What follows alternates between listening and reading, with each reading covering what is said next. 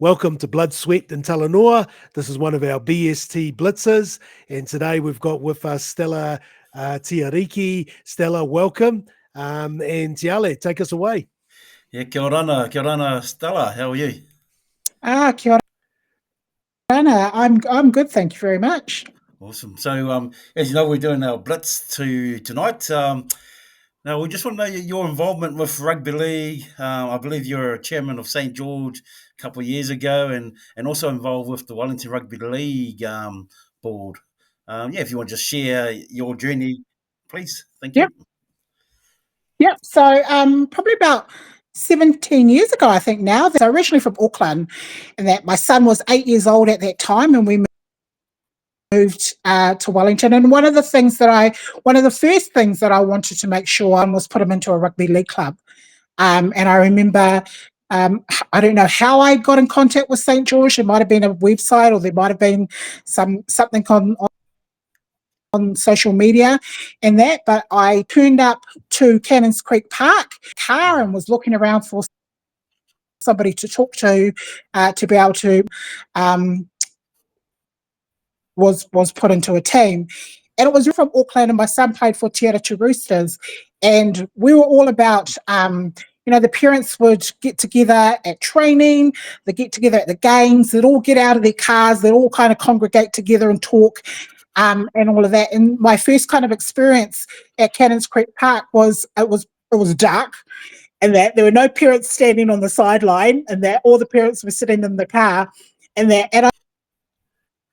I kind of realized that it was a bit different, and that in comparison to what I had come from, and as you do, you adjust. And the climate, what I mean by that was the weather, and that so people weren't willing to get out of their cars, and that to stand on the sideline and watch their kids train, and that they were quite comfortable in their cars and that. So that was a bit of an adjustment and that. But found the club for my son to play in, and that was one of the to happen, because I was a huge league fan, as in Warriors fan, all that sort of stuff and that. And I worked for a union in Auckland and that, and rugby league is seen as a very working class kind of game, and that worked with were stalwarts of rugby league as well. So I learned about the game through them, not through my father, not through my brothers and that, because my brothers played rugby, but through the work that I did. So a really cool connection. And as the years progressed, and that became more and more involved with the club, and somehow ended up the chairperson for the club, and that I really enjoyed in that, because what I saw with St George Rugby League was that we really struck kids and that, and so we had these great kids coming through the grades.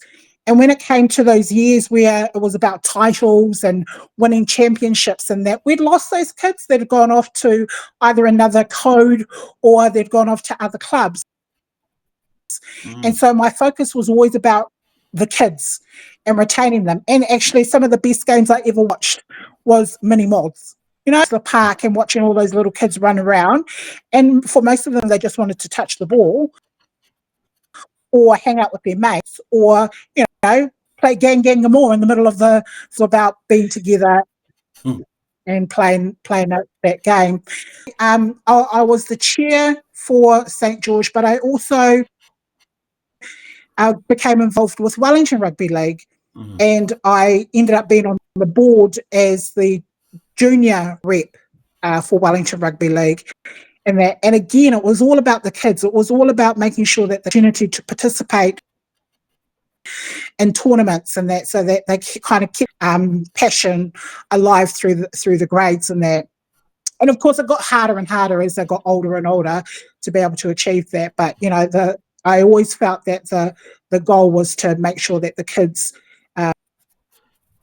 played league, stayed in league, and that. And now, when the odd game that I go back to St George, I see those kids playing in the premiers and that, and it's so rewarding, because that was the goal, that was what achieved, and that, because we had all sorts of adults turning up to play for the premiers and the premier reserves, but they weren't league players, and that they played rugby, played something else, and they just wanted to play something, but they hadn't learned how to play rugby league like these kids have through the grades.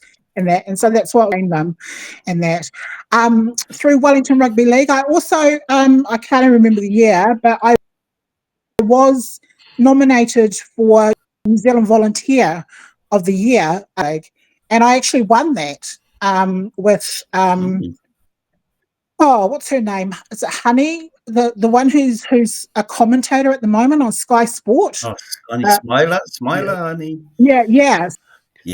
So it was her and I that won it for that year, and that, and like for me, that's a proud achievement in that, because again, it reflects the work that I was wanting to do and what I was wanting to give back to the sport that I really loved and really enjoyed in that, and also kind of going through the rep grades and managing and supporting kids, their parents, and that to be able to get good outcomes to participate. The other thing I learned about league and that is that it was a kids to see other parts of the country, and that it was the ability for them to go away on tournaments, and that for some of our kids that was the first time, and that they would leave Porirua, and that, which was like that's huge, and it's something that you want them to be part of, and growing up and having those opportunities. But yeah, my time with St. George Rugby League, really, really enjoyed it. Really, really good friends, some really hard-working people in rugby league, and doing it all on the sniff of an oily rag. And I think that it'll always be like that. Rugby league is always seen to be the poor cousin. But again, like I say, yeah. No, definitely. Stella, look, as a volunteer of the year in terms of New Zealand Rugby League, what are some of the most important things of ensuring, around the volunteer experience for people, supporting the players in that? Yeah. There was always this motto that we had, if you want something done, give it to a busy person. And that, and volunteering is a real kind of, I think it's a craft, and that I think it's something that you have to do because you're not looking to get anything back in return, and that apart from seeing people celebrate, and that, and sometimes you don't even get that, but you want people to have some good experiences, and that, and volunteering is not about, it's not an ego thing. It's something that you do from your heart. It's something that you do because you want good things for other people, and that, and it wasn't always like, oh God, you could check it in and that, but I always remember my goal. My goal was always about the kids. And you look at some of those kids in the Premier years, and that they came through the mini George, and that, and they're doing really well for the club. Look, you must be pleased in terms of some of that work and investment and time in the juniors, and we've seen that that's borne results in the last several years at the Premier grade. Like you say, a lot of those players came through those grades, and the success of the club in terms of grand finals in the last couple of years, you must be pleased. Yeah, really pleased in that. And I was really pleased, actually. Again, my union work has connected me through to people who play rugby league, and that, and we represent, as part of the occupational groups that we represent in PSR, come across them, and it's Josh Tuonga, who is Tussie's son. Oh, yes. And he was telling me that Tussie's the cheater. I'm like, that is so friggin' awesome. And that, because I remember Tussie, with his wee boys. Yes. And again, that whole thing around coming through, being, having that thing in your blood, and that. I reckon Tussie's the ultimate, right? And that there's probably bigger and brighter in that. But Tussie, I remember him down at the park, and that he works for the council. He would make sure that the Dragons would have a little bit extra on that field, and that to kind of raise our visibility in that. And so, again, like, while the focus was on the kids, and that's great to see someone like him come through and lead the club. And that, and it wasn't always like, there was always this thing, the smotter that we had, and that and been through the grades and that. So yeah. Tussie's still doing the same. He'll set up the fields early in the morning, the usual. Yeah. Sometimes. He just puts in the extra hours. That guy, even after, still sitting around to unpack. Pack things up as well. Oh, yeah. Sometimes I saw that and he'd paint dragons back of the field. I was going to say, sometimes the field markings weren't sort of always Pyro City Council, what is it, standard. And I'm sure there was a couple of games where that in goal was a little smaller than it should have been.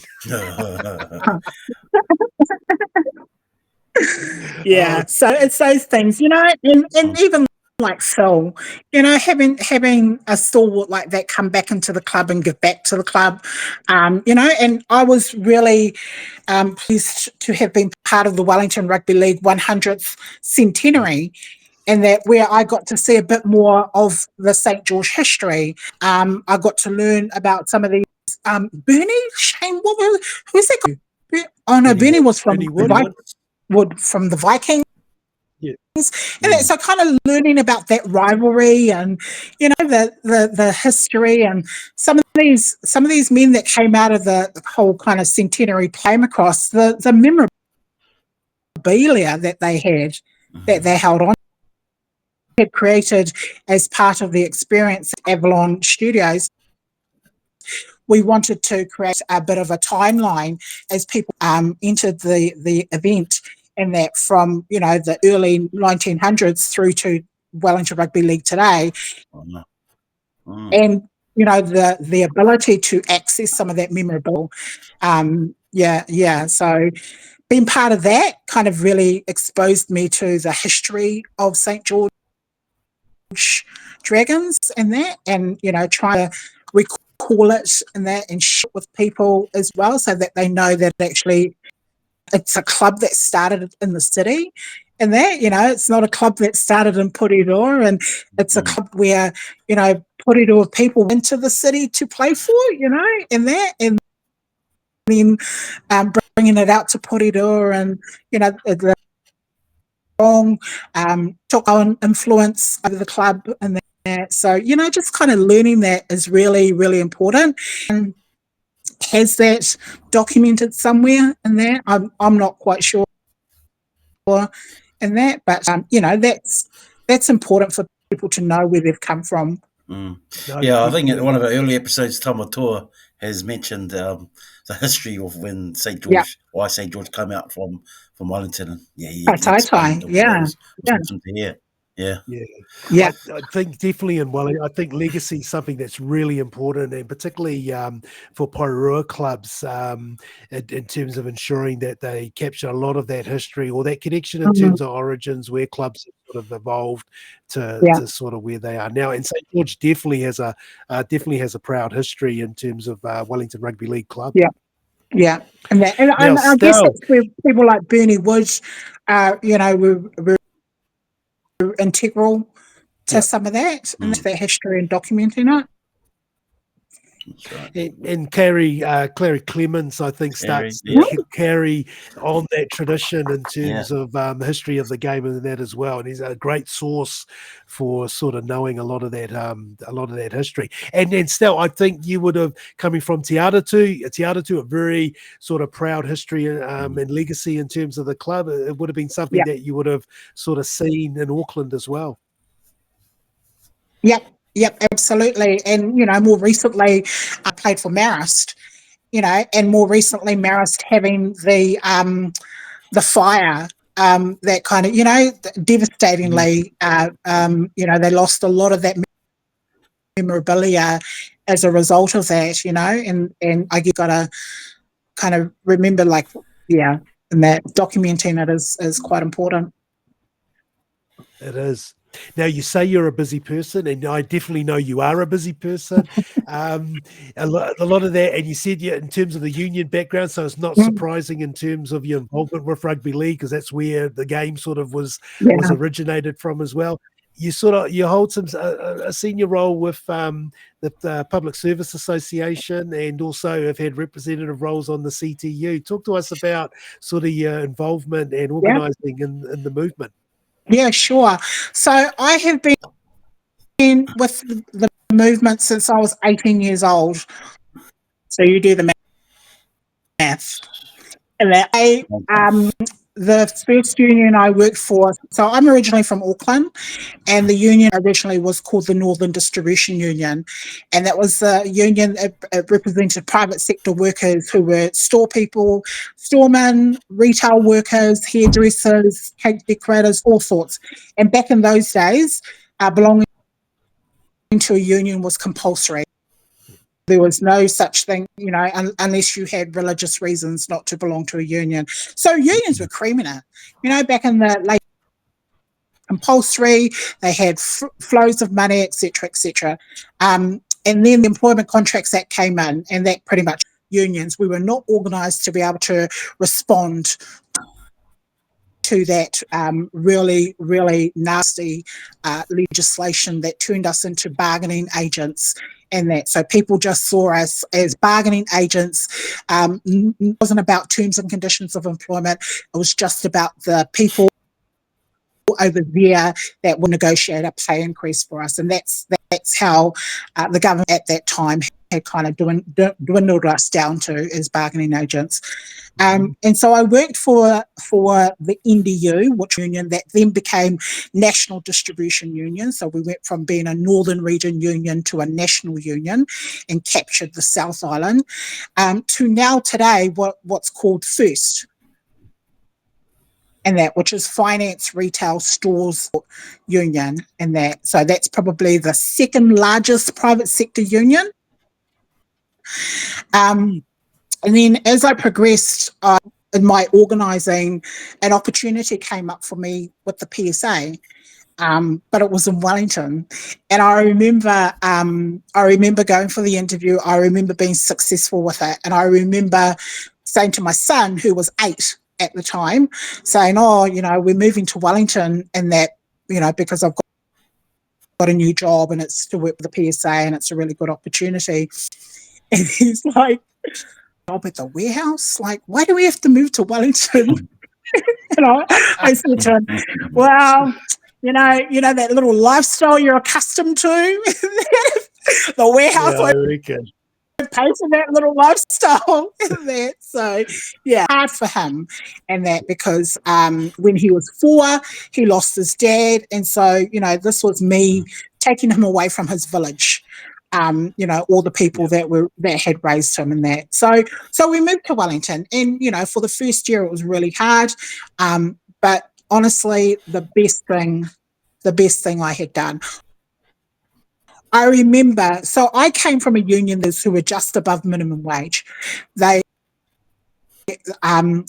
sector I organised in was textile clothing. So lots of clothing factories, lots of factories that made lots of Pacific Island people working in those factories, lots of mums who paid just above minimum wage, who had been there for 20 plus years, who were matriarchs of those clothing factories and that.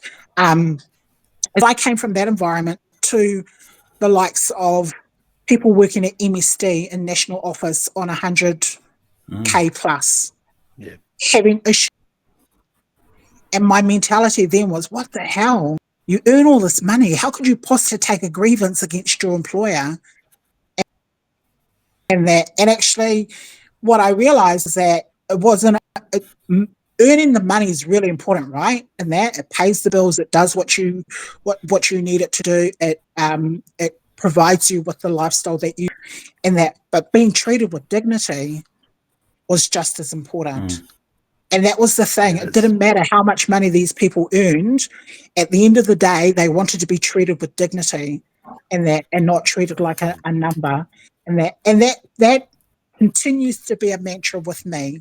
And that, like, whatever the outcome I'm trying to achieve for people, that they get to walk away or stay where they can do that with dignity, do that with pride, do that with the feeling that actually they're empowered and they deserve to be there. And that, so that's part of, what kind of keeps me doing what I do. Also, as a union organiser, you kind of have carte blanche at being a bit of an arsehole to the employer. It's not a bad thing, right? That's not a thing that you kind of go, oh, let's shy away from that. No, and that because you're advocating for people who have been treated, they haven't been treated right. So, you get to be that person on behalf of, and I make no apologies for being that person. Yeah, and so you shouldn't. I would choose the other word, strong advocate, with that as well, Stel. Yeah. And I also all or most unions in New Zealand are affiliated to a national body. Our national body is called the New Zealand Council of Trade Unions. I became involved with the New Zealand Council of Trade Unions Committee Pacifica, and it was Shane Bell. Yes. And I remember going to a whanau. Yeah, I remember going to a whanau, and she pretty much said, and Ifu's reign as co-conveners for Committee Pacifica, yep, putting you up, you're the next co-convener. And that was it. You just dive in, and that your skill, and you dive in, and you also you're feeling empowered because somebody else said to me, "You're it." And she barely knew me, and that, but she obviously saw something in there and just said, Well, this is one of those things where you're voluntold as a volunteer. And I was wondering whether you would sort of talk about that in the rugby league lens. Yeah. Well, there was a lot of that. Yeah. And that, so I was co-convener of Committee Pacifica.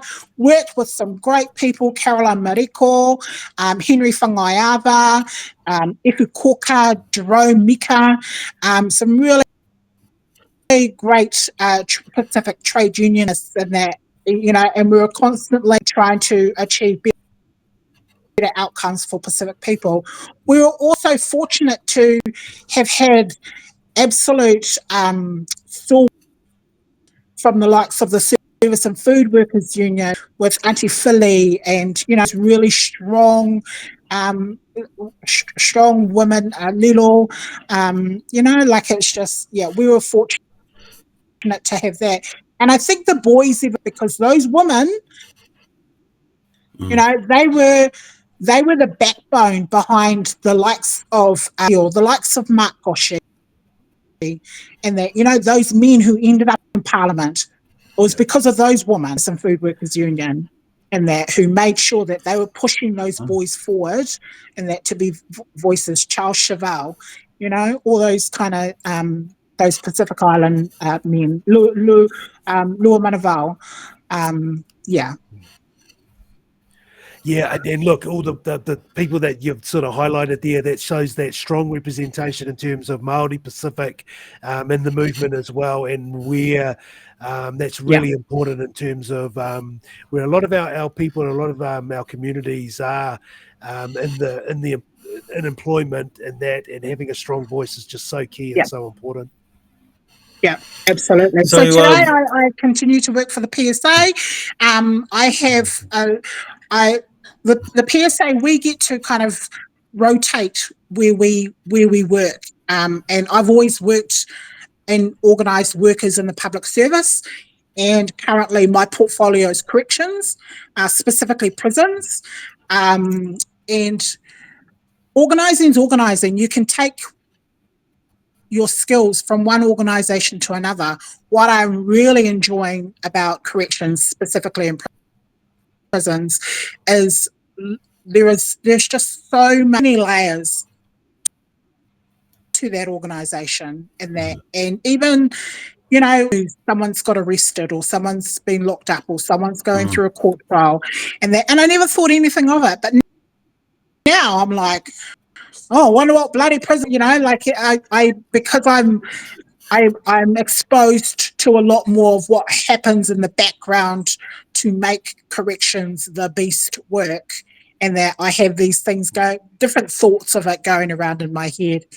My other bits of work within PSA is I responsibility for the Comity Pacifica Committee and the network itself, and we have grown that network quite significantly.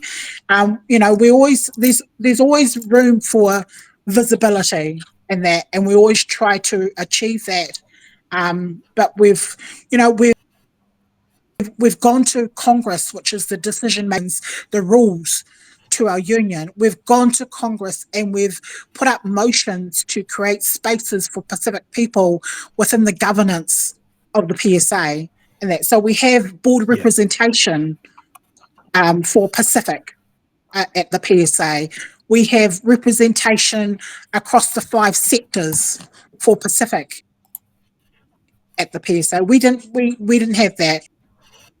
Is that we want to be able to see our Pacific people and our reflected back, in these decision-making parts of our union, and that's really important, I think, for our Pacific people to be able to see and to say, so the part of the intent of the network, it's not part of governance, but the intent is to bring people into the union movement in a safe way that has safe conversations, and that for them to think about, oh, I could do a little bit more. And that little bit more might be that they become a delegate in their workplace. That little bit more might mean that they then become Vamoana, which is the Pacific representative for their workplace. It might mean that actually they want to sit on the sector committee and have that Pacific entire sector. It might mean that they actually want to be on the committee and sit on the PSA board and be part of that decision making. So, it's really important that we created those spaces for our Pacific people within our union. No, definitely. And building capability is really important, building width, depth, and across. So this is where you guys are really critical in terms of building that next generation leadership, but also having that representation from governance to grassroots. Yeah.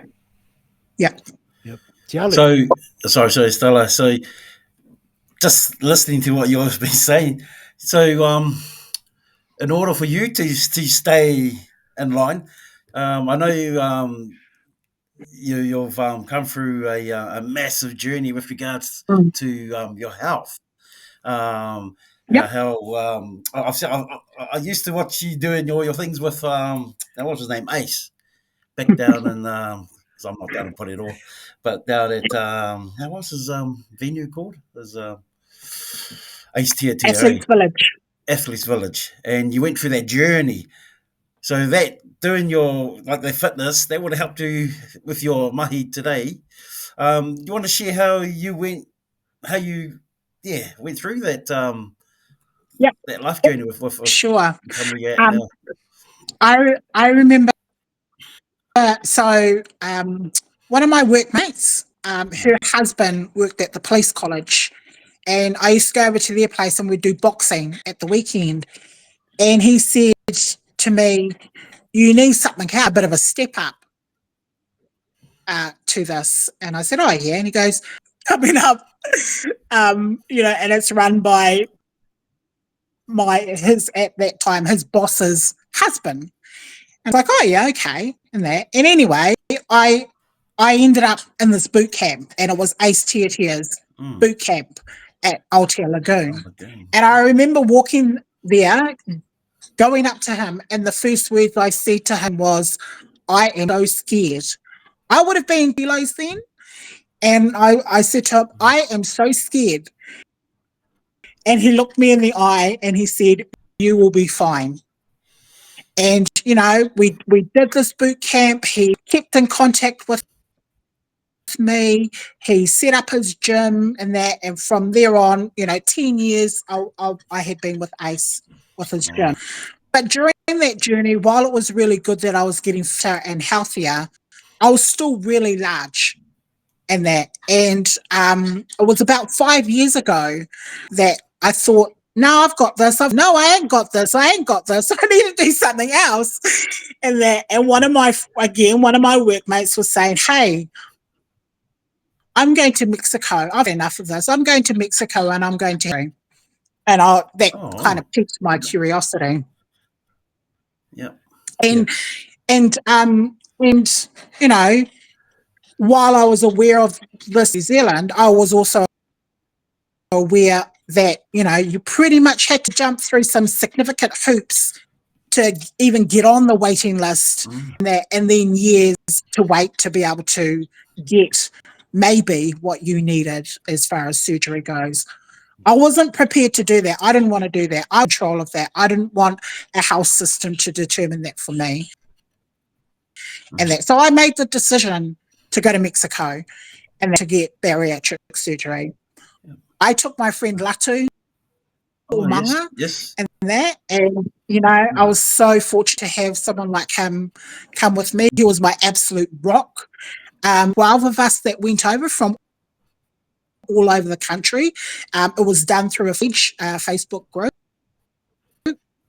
And I remember those women going, that, because, you know, he was just like my solid, emotionally and physically. And I thank my friend for that.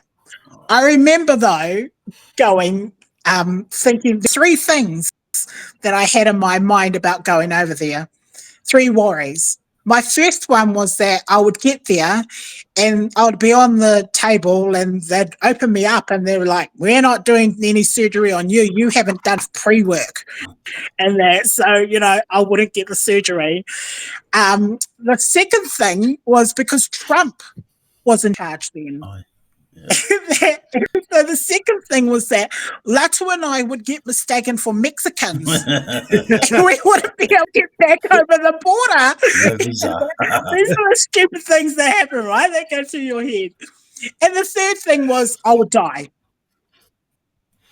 And that, but actually if I died, not my problem. Latu's and that. So those are the things that kind of thing.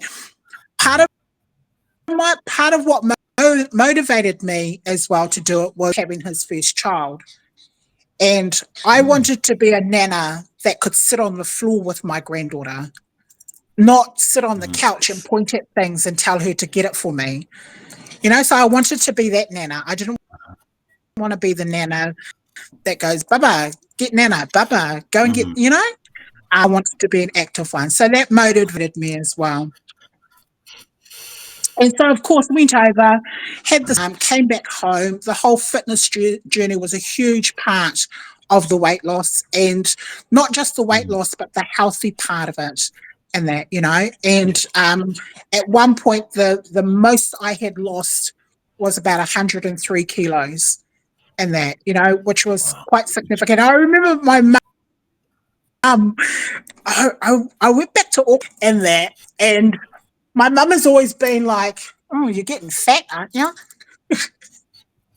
And this one time I went back, she goes, you need to put on some weight. You're getting too skinny. You know, sort of thing of that. So, you know, they're always judging, right? Yeah, definitely. They know. But, they know. Yeah.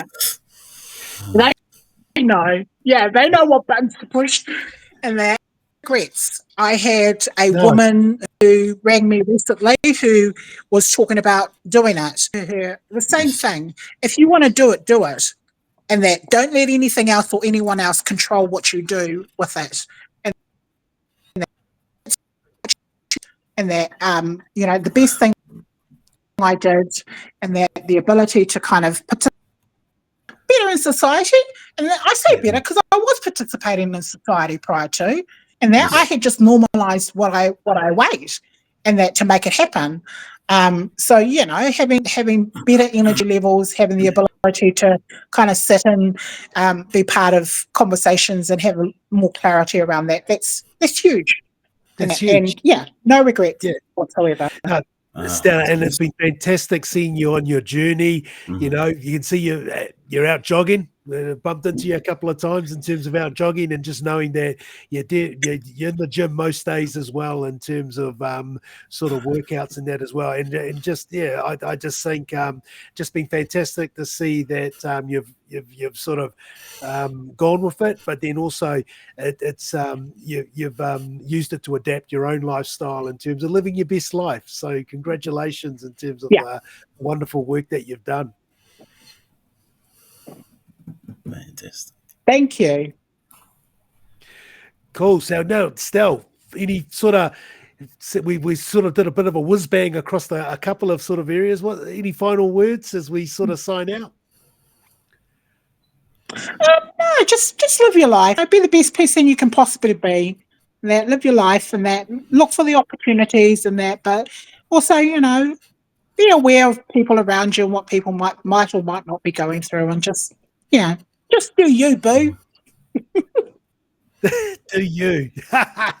Hey, so look, now great final words. Thank you in terms of Blitz, our Blitz tonight, and really congratulations on the work that you do. One, in terms of being a voice across the community, and particularly for workers, but then also sharing your health journey tonight, which I think has been fantastic. It definitely was one of the things we were keen to sort of talanoa with you about as well. So, as always, go well, my friend, and we'll see everyone on our next BST Blitz. Ka kite. Yeah, kia ora.